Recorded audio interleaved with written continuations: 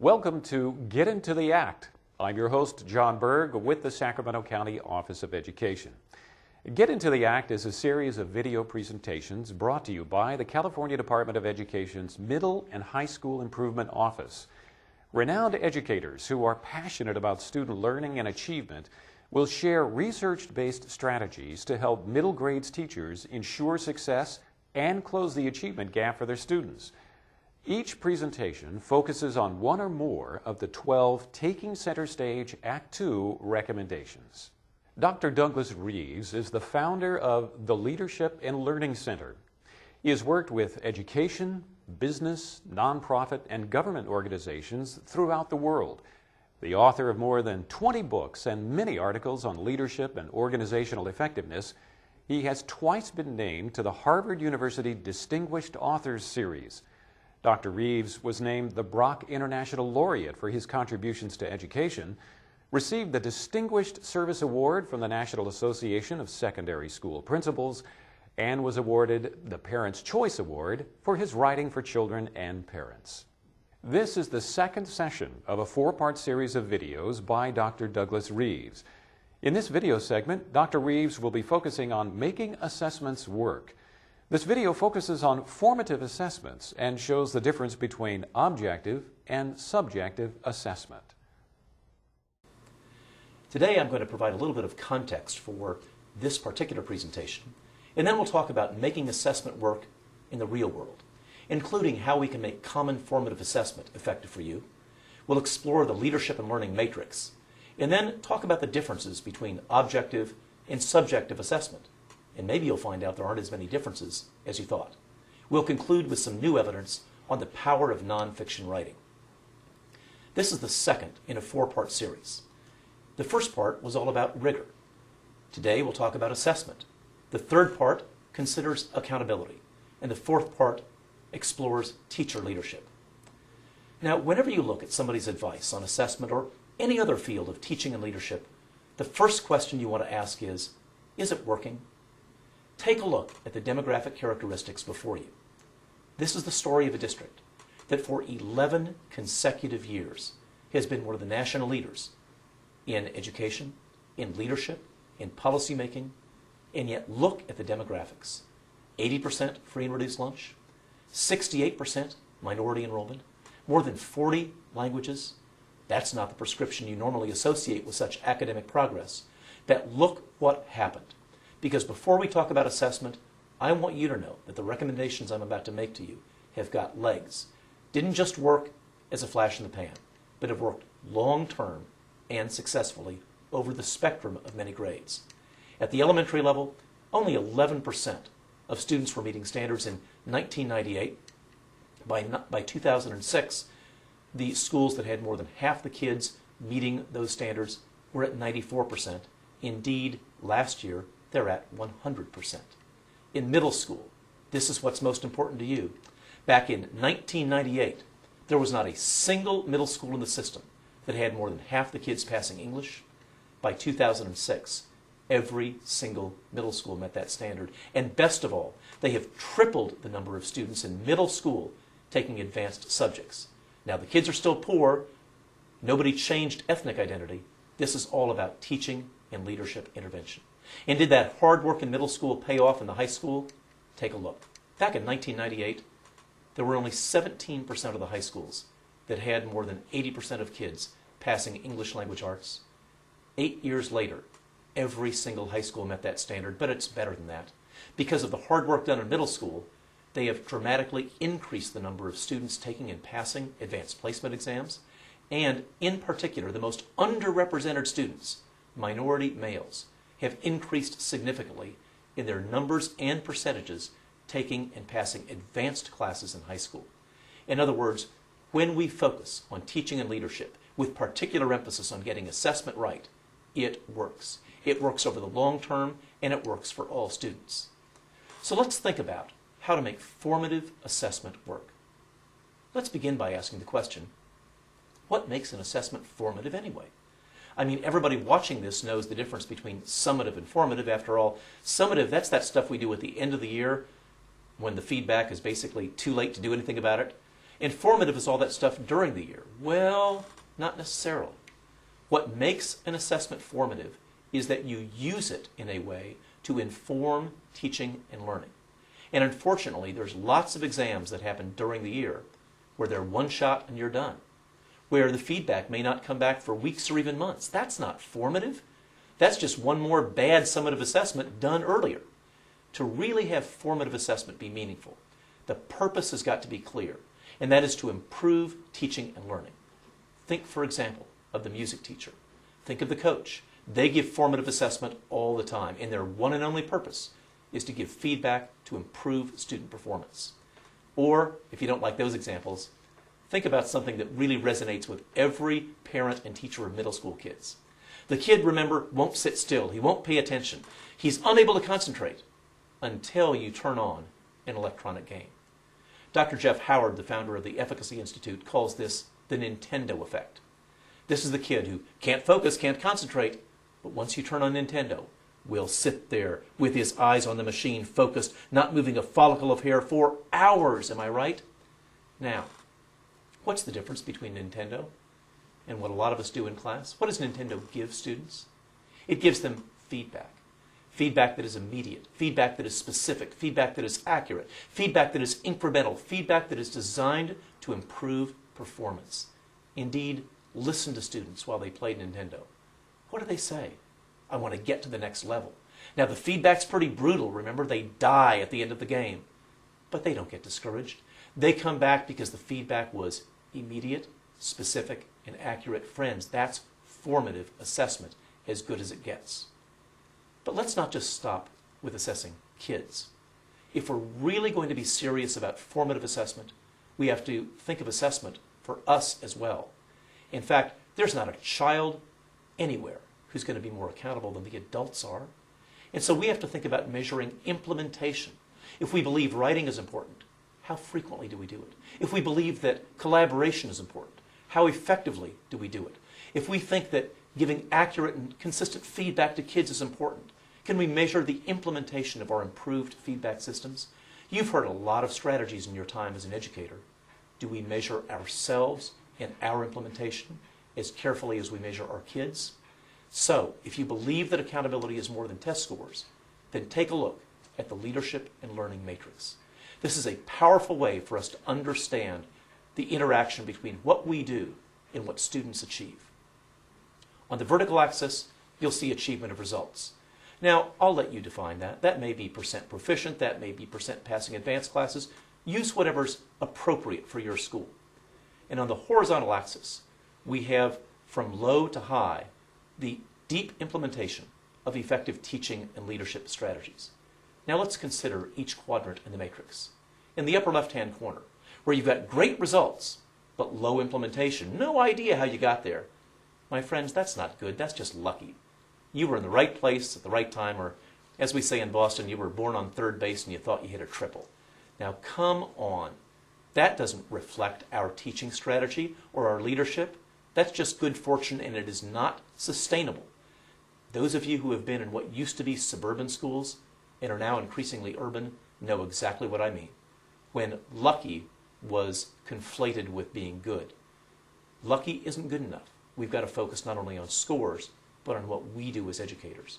The lower left-hand column, what I've called the Homer Simpson quadrant, where the same mistake is made again and again and again. Low achievement, low implementation. This happened to me just a few weeks ago when someone was complaining, Doug, these kids are unmotivated. My middle schoolers aren't turning homework in. They're disrespecting the teacher. Sky-high records of failures. Oh, and by the way, Doug, I'd like to have the same homework and grading and curriculum policies I've had for the last 29 years. Those people will have the same problems next year, wondering why they get the same results after having the same strategies again and again. Contrast that with the lower right-hand quadrant, what I've called the learning quadrant. I'll bet there's a lot of learning educators and learning leaders watching this program.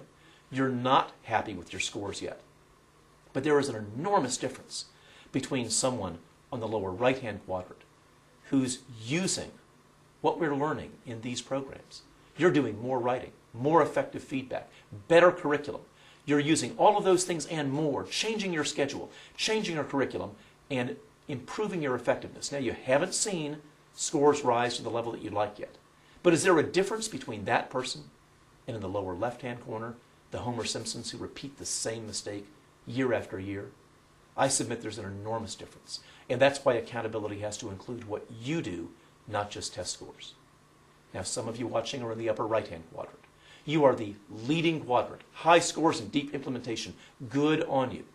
So let me tell you about the 5-minute rule before you get quite too full of yourself about this. The 5-minute rule says if you do something really, really bad, you get to feel awful for 4 minutes and 59 seconds and then get back to work. And at our school, if you do something just wonderfully great, you're allowed to strut around like a peacock for 4 minutes and 59 seconds and then get back to work. Because if you're in that upper right-hand quadrant, you won't stay there just by resting on your laurels. It is by diligent attention, not just to scores, but to our implementation of our most effective practices, what this program is all about. That's how you stay in the upper right-hand quadrant. Next, let's consider what fairness in assessment really means. When we think about fairness, we generally think about consistency, objectivity. Let me use a simple illustration. If you and I were to go to the store and we take a pound of bananas and we put it on the scale, and the scale says 16 ounces. But just to double check, we put it on the scale again. And the next time it said 32 ounces. We do it again, it said 8 ounces. We do it again, it says 64 ounces. We'd say, that scale's broken. In fact, the scale is unfair. We're not going to shop there. Because for a scale to be fair, when I'm doing something really important, like shopping for a pound of bananas, the scale has to be consistent. And that's the way that we ought to evaluate when we give feedback in our assessments to our own students. Are multiple choice tests, just because there's A, B, C, D, really always objective?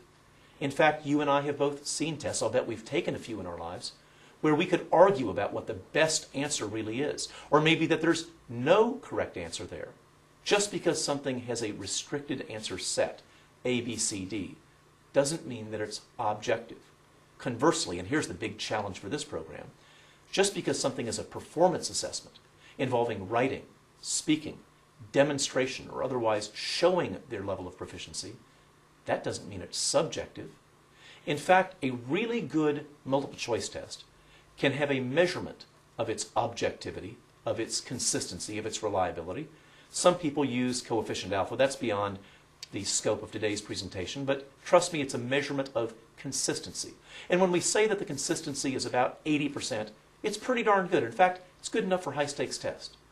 Do you think we could be that good on our performance assessments?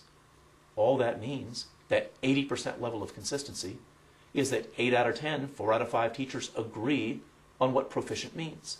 So we have to practice. We look at a student demonstration, at a student piece of writing, at a student extended response, and we then look at a rubric, and we see if 4 out of 5 teachers, 80%, can agree that it's proficient. And if we are, don't let anybody tell you that your performance assessments are subjective, when in fact, your 4 out of 5 teacher agreement shows you are as objective, as fair, as consistent, as reliable as a multiple choice test could be.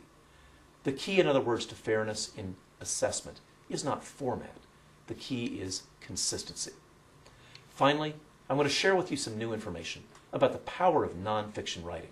The reason that I introduced this into assessment is that too many people say, well, Doug, I just don't have the time, and besides, I've got all these standards to assess, and I've got so much to do. Writing is too time-consuming, and besides, evaluating writing is just too subjective. Well, let me challenge those claims.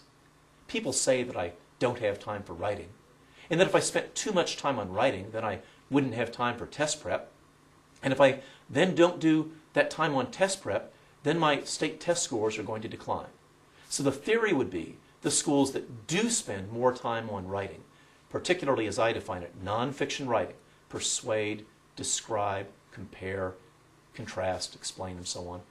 The schools that spend more time on that, because they didn't have time for test prep, should have lower scores. The reality is that nonfiction writing, as William Zinsser famously said, is thinking through the end of a pen. In fact, the research is clear. You do more nonfiction writing, then you have better scores, not just in writing. Better scores in reading comprehension, not just for kids who are comfortable in English, but particularly for second language kids. I've used interactive journals with my second language students, and nonfiction writing is one of the best ways to improve expression and confidence in vocabulary. More nonfiction writing helps math because more and more math isn't just about numbers. Mathematics is about describing the world using numbers and symbols and words, and smart math teachers use all three. More nonfiction writing helps science and social studies, not just my studies. The National Science Foundation confirms it. More nonfiction writing helps in the arts. The Teacher of the Year in Indiana is an art teacher who uses compare and contrast writing every week to have students understand different artists, different media. A state band champion wrote to tell me, I was kind of mad when my principal had all of the teachers in every subject do writing every week, but I think we won state because we write about, and then he said in parentheses, we think about how we play alone and how we play together every single week. I've had football coaches who have students watch game films silently, write about what they see, and then discuss it. Writing is one of the most powerful things you can do. And don't let anybody tell you that nonfiction writing is boring. I've personally coached middle school kids who do sports writing and game reviews and the mating habits of the praying mantis. It is, after all, middle school. And they love it. They give high fives to each other because nonfiction writing, persuading, describing, explaining, can be engaging and exciting. So in summary, we've talked today about making these ideas work in the real world. Where these effective practices have been used, the achievement gap is closing and student achievement is soaring. We've talked about formative assessment. Formative assessment not just being defined by format or the fact that it's done during the year, but by the fact that it's used to inform how we improve teaching and learning. We talked about the leadership and learning matrix. Are you lucky? Are you losing? Are you leading? Are you learning? Think about the intersection between your achievement of students and your own implementation of effective strategies. We talked about the difference between objective and subjective assessment. That's not a matter of format either. You can have an objective writing assessment or performance assessment, and frankly, you can have a plenty subjective multiple choice assessment as well. And most of all, the power of nonfiction writing. If you want a big idea to take away from today, let's make sure that we integrate more nonfiction writing, not just into the language arts curriculum, but into every single thing that we do. Now, our next session in this series will focus on accountability. I hope to see you again soon. You've just seen Dr. Douglas Rees discuss formative assessments and the difference between objective and subjective assessment. To find more information and additional resources on this and related topics, go to pubs.cde.ca.gov/TCS2.